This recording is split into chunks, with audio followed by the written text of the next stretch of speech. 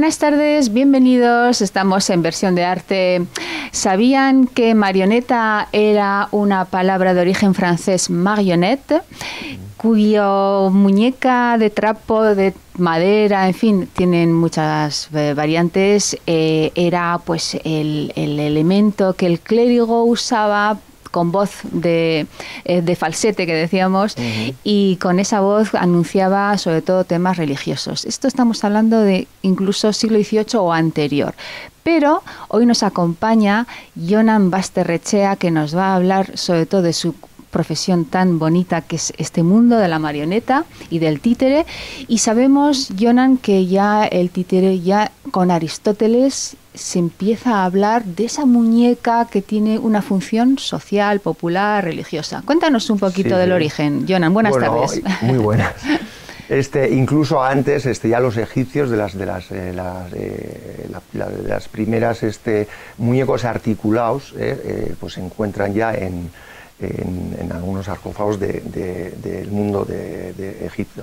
Luego se va trasladando pues por Asia, luego Grecia, y en Grecia pues ya sabéis que es el nacimiento del teatro. Entonces bueno, es la doble personalidad entre lo que es el teatro, el títere, la máscara.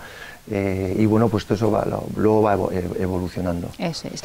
Jonan, decíamos que hay muchos tipos de marioneta o de títere, ¿no? Está la de la mano, me comentabas que es la que estoy llevando yo aquí. El guiñol, luego está la de hilo, en fin, cuéntanos un poco. La de hilo, la de palo. Después hay unas de varilla, luego están las sombras, luego hay otro tipo que se llama el bunraku.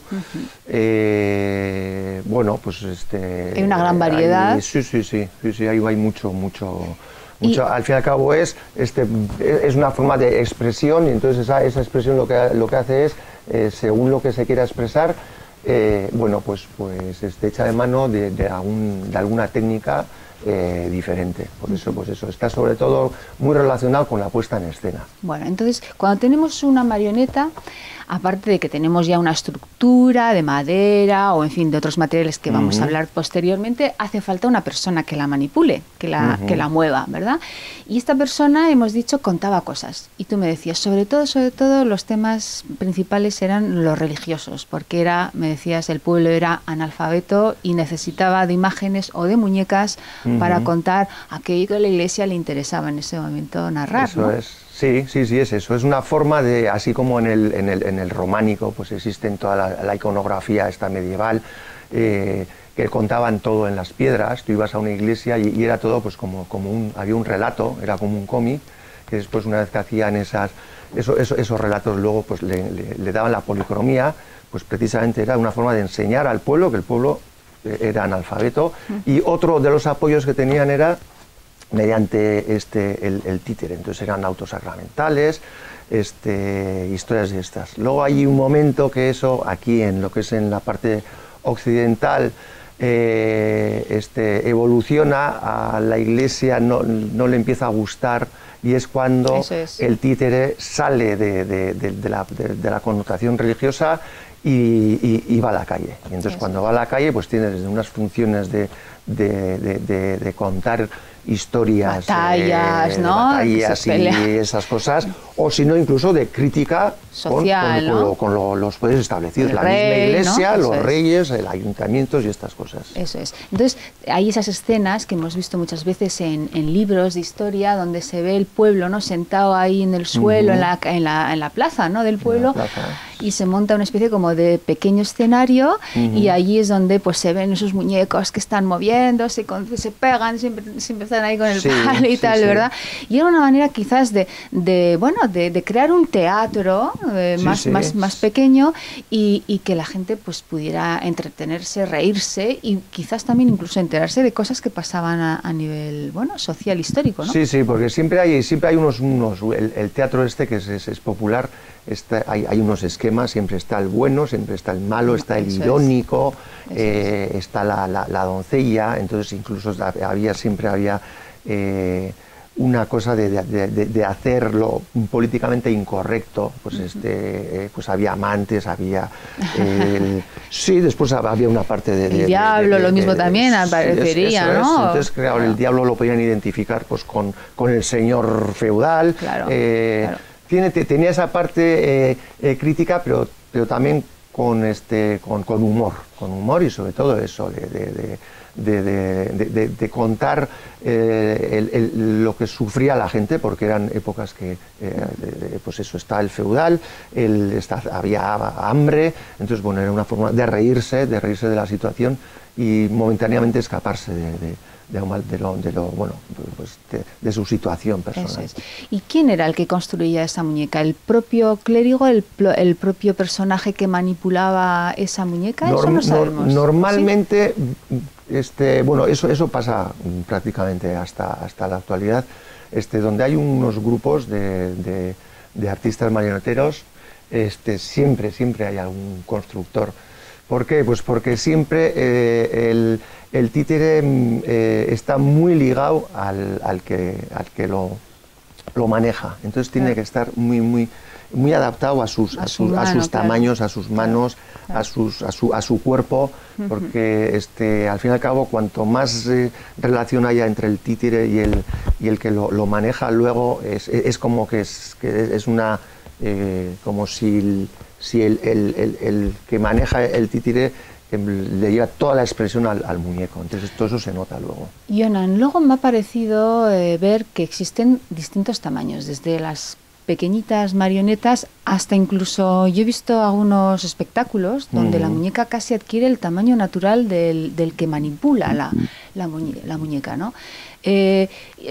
Puede incluso estar dentro de la escena vestido de negro y moviéndose con esa muñeca, o sea que en realidad hay una variedad inmensa en este mundo. Sí, o sea, se puede hacer desde teatro en miniatura hasta irte a unos soportes, bueno, pues eso, gigantescos. Eso ya es que depende, todo está relacionado siempre con un libreto, con lo que quieres, claro, con lo que historia, tienes que contar, claro. Y que al fin y al cabo, como es teatro, bueno, pues el títere es el soporte, es la expresión. Entonces, pero bueno, eso está dentro de lo que quieras enseñar. Entonces, obras de títeres, pues eso puedes ir desde un formato pequeño a un formato muy grande. Jonan Basterrechea, tú eres un creador de marionetas y de títeres y vamos a hablar justamente de esta profesión tuya tan bonita y que la tienes aquí en Hondarribia, en un pueblecito precioso con este carisma cultural histórico que también tiene y está situado en una zona preciosa, en la calle Mayor, pues en plena historia de esta ciudad, como estaba diciendo, tienes tu tienda almacén, porque también aquí es donde construyes, taller, ¿no? Taller, eso es. Y tienda, sí. Háblanos un poco esta afición tuya cuando nace. Bueno, tu padre fue el gran escultor Néstor Basterrechea, que desgraciadamente nos falleció ya hace 3 años ya. En el 2014. Y que recuerdas que estuvimos con él en casa. Y yo me acuerdo que en el salón tenía justamente una de tus marionetas. Había otro títere. Eso es, una títere, además haciendo alusión a tu padre. Y bueno, pues queremos recordar a esta gran figura de la escultura, de la pintura y del grabado, en fin, del dibujo también, porque por supuesto no queríamos dejarlo pasar. Entonces, Jonan, ¿qué nos cuentas? ¿Cómo te nace esta afición? ¿Qué te decía tu padre, por ejemplo, cuando le contabas, Aita, voy a hacer marionetas? Bueno, Aita, la verdad es que este mundo lo tenía un poco despistado, porque se quedó pues un poquito con la parte más básica, el títere de guante. Después, bueno, ya sabemos que tuvo el exilio, o sea, que de la infancia pues tampoco tuvo posibilidades de emocionarse o de conectarse con este mundo, pues porque, bueno, estuvo exiliado, y ya una vez que estuvo en Buenos Aires ya tenía unos años que él iba a lo suyo, lo tenía clarísimo, que se iba a dedicar al arte, y entonces se apasionaba mucho más con los lápices que con las muñecas. Entonces, pues sí, pues la verdad es que uno de los proyectos que se hizo en el 2016 este fue El gigante de Alzo, que fue una ópera infantil. Entonces allí se hizo un equipo, estaba ahí detrás, estaba el Museo de Títeres, el Topic, junto con Idoia Otey y que tengo aquí unos Miguel folletos. Arreche. Eso es. Entonces después estuvo la música, pues el David Azurza, luego el libreto, ahí por favor, después bueno, pues sí, se hizo un equipo, la dirección fue por parte de un mexicano. Entonces bueno, y dentro de ese proyecto, lo que era el diseño de lo que era la escenografía y los títeres, los hizo Aita.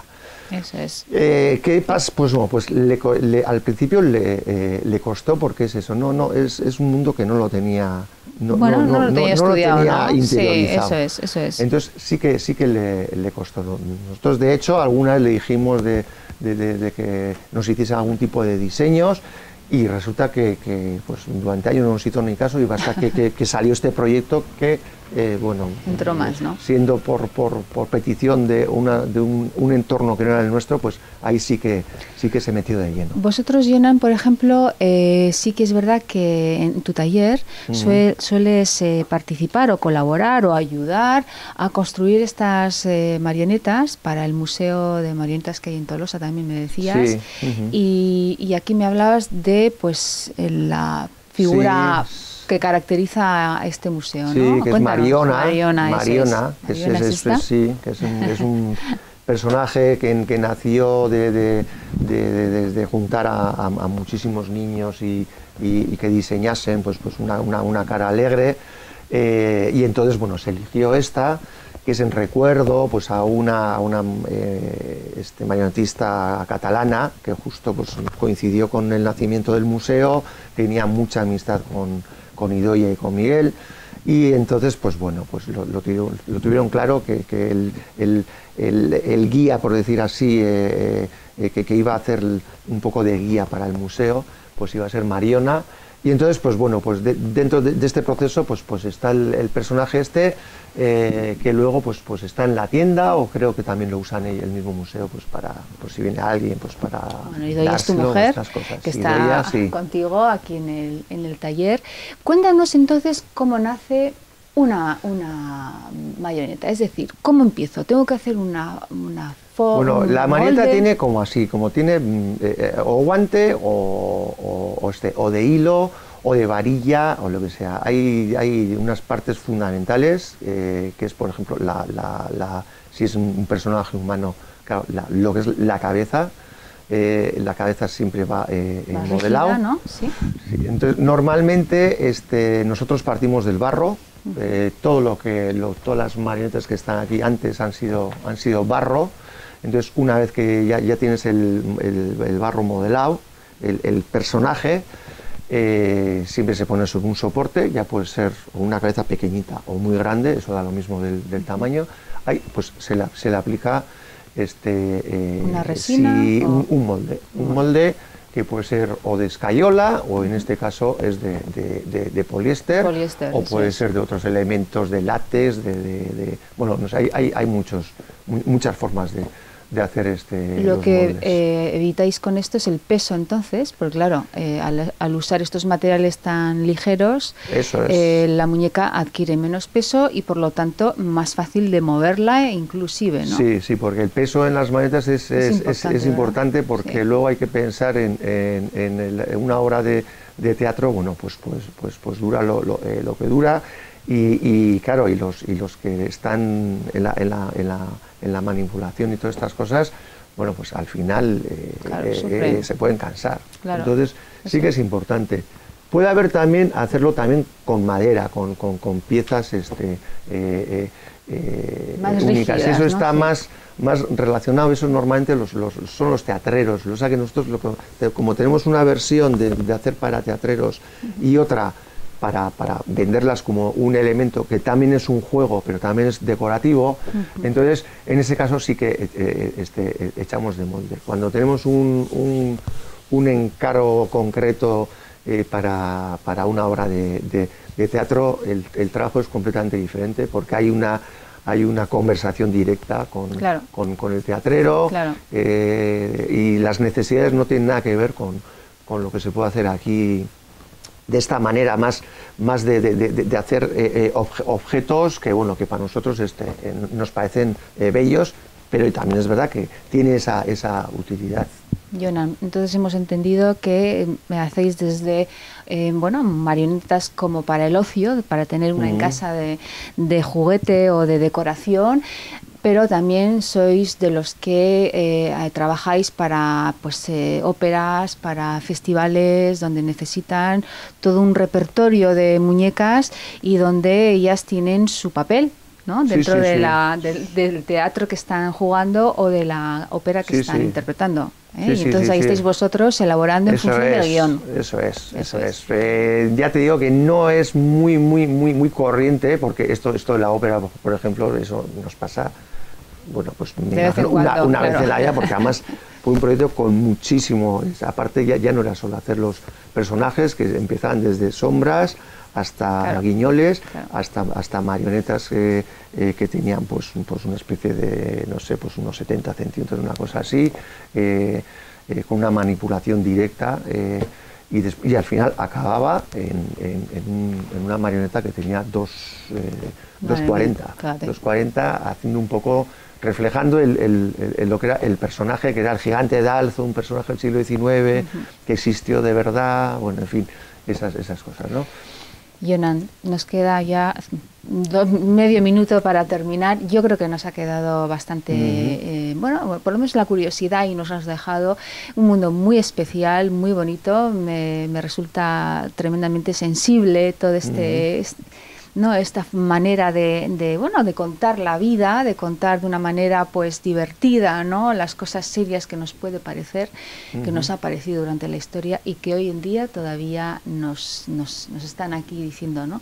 Así que muchísimas gracias por recibirnos aquí en Hondarribia. Estamos encantados de volver a verte después del tema de Néstor Basterrechea, y ustedes ya saben, aquí en Hondarribia tienen un taller precioso de marionetas. Ustedes pueden venir solamente por ver y agradar la vista, comprar, pues ¿por qué no una de estas de mano, que son preciosas, que valen solamente 35 euros, por cierto? Yo me llevo esta, Jonan, que lo sepas, y tienen luego museos maravillosos aquí muy cerca en Tolosa, donde vemos justamente esta forma de hablar de belleza, ¿verdad? Y de interpretación y de sensibilidad, y tú eres una herramienta que nos proporciona esta ilusión. Así que muchísimas gracias y nada, a seguir trabajando. Gracias. Venga, pues. Adiós. Gracias.